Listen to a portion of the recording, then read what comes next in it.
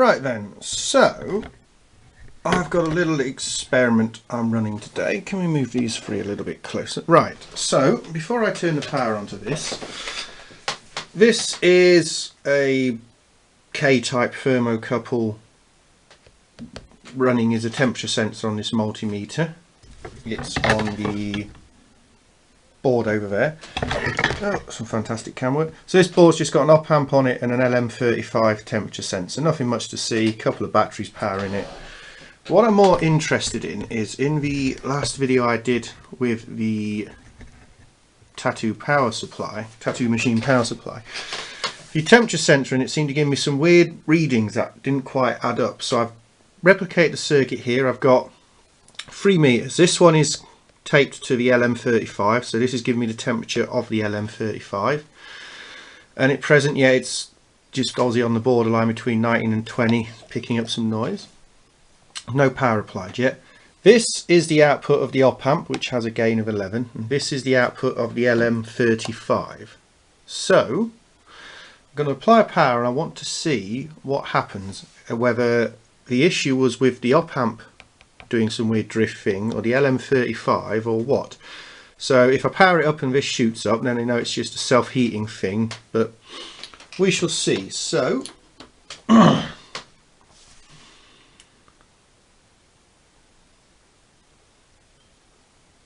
right, so at present this is telling me the lm35 reckons it's 19.3 degrees in here. The op amp one, 2.12, well, if its gain is perfectly 11, obviously there's going to be some error due to resistor tolerances. Let's get the calculator out on the phone. 193.1 times by 11 equals 2.124. So at present, all is good. So I'm just going to let it run for 10 minutes or so and see what happens. Right, so that's been about 15 minutes and it is still absolutely rock solid. So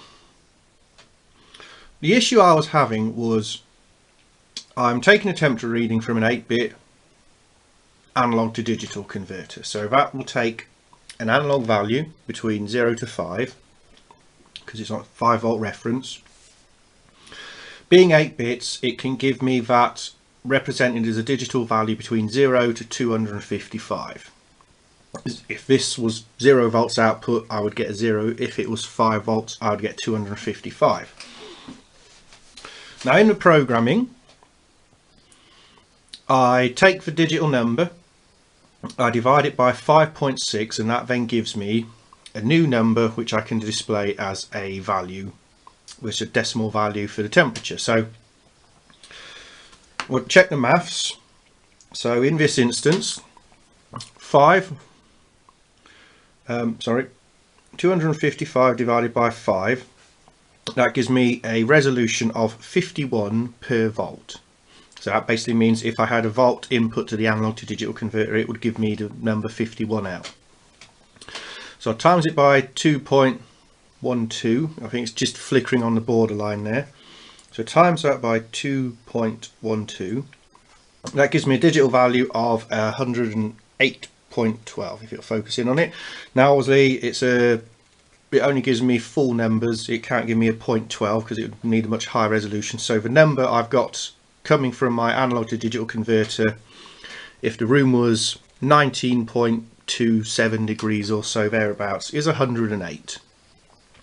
So 108 divided by, now I divided it by 5.6, technically it would be 5.5, but I always wanted to be slightly under on the temperature than slightly over, and likewise, you know, either way it's going to get you within a pretty close value. So 108 divided by 5.6, I get 19.28 degrees, which is exactly what it should display. This gauge here says it's 19.2726.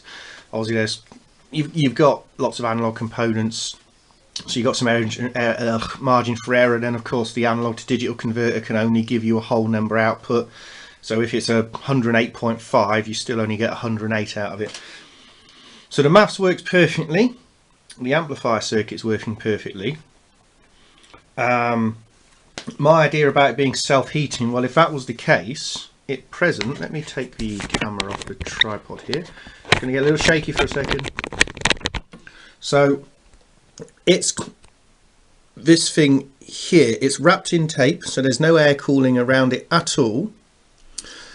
And it's obviously running off the exact same voltage it is in the tattoo machine. Now, if it was in the tattoo machine, it's actually in a hole, it's got in free air.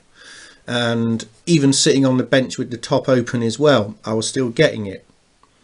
So it's not a self-heating thing.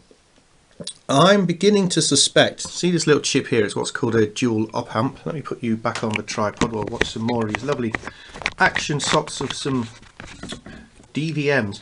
Now, it runs with a differential input, so I had to use what's called an lm35. It was designed for single supply voltages. It will go right down to near 0 volts, which a normal op amp won't. It'll only get you to about 1 volt or so.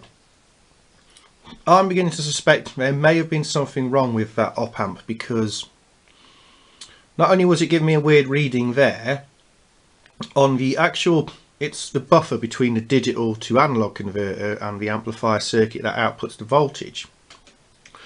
Now, differential amplifier, it's sort of like a balancing act on its two inputs. If one input goes even a tiny bit in one way or the other, the output will swing rapidly to try and correct it.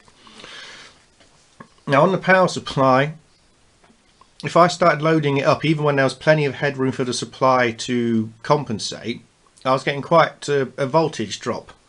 And I shouldn't have done. What should have happened is, as soon as I loaded up, say it was like, say on 6 volt output, and I started drawing half an amp, even a tiny deviation from that 6 volts, if the input voltage is held steady from the analog to digital converter, and through the resistor chain, the output's coming back to the inverting input, which is the feedback loop, and it's like this, sort of like they balance. What should happen is, if there is a slight drop on the output voltage, the output voltage at the inverting input will drop, and the output will try and compensate by really rapidly, instantly saturating to the full rail. And it really will with op amps. There's such high gain, you only need like a millivolt, if even that. And unless these two are perfectly balanced, if either one goes a millivolt in either direction, the output will swing rapidly from rail to rail. That's why you have it in a feedback loop. And it just wasn't quite doing it. It seemed very low on gain. I'm now believing there's something wrong in the chip, and maybe the chip itself was heating up and drifting. I don't really know.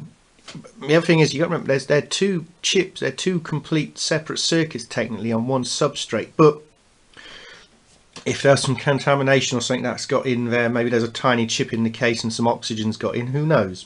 You'd imagine it wouldn't work if that was the case, but this is working fine. The one in the tattoo machine should work fine, and it doesn't. It works. I can get a pretty accurate temperature, but instead when I divide it by 5.6, whatever number I get, I have to -4 from that to display the temperature, so something's not quite right. And like I said, with the output voltage drifting the way it did and not holding steady like it should have done, I've never had that before. It was working well enough for its intended application. As I figured it was only a prototype, I thought, well, I'm not going to bother looking into it anymore. It's up and running. I wanted to give it to its user to try out. But I'm beginning to think the problem may well have been a faulty op amp, because as you can see, the whole time I've been waffling on here, this is all just holding rock steady still. And if I put my fingers around the temperature probe, you can see off it goes. So that's me holding it. So obviously there's some disparity between the thermal mass of the thermocouple and the lm35, because the thermocouple's much smaller, it got heated up quicker. But and down they go again, all as they should do. So yeah, anyway, that's all this video was. It was just to satisfy my curiosity and make a little YouTube video in the process. So as always, thanks for watching, and catch you next time.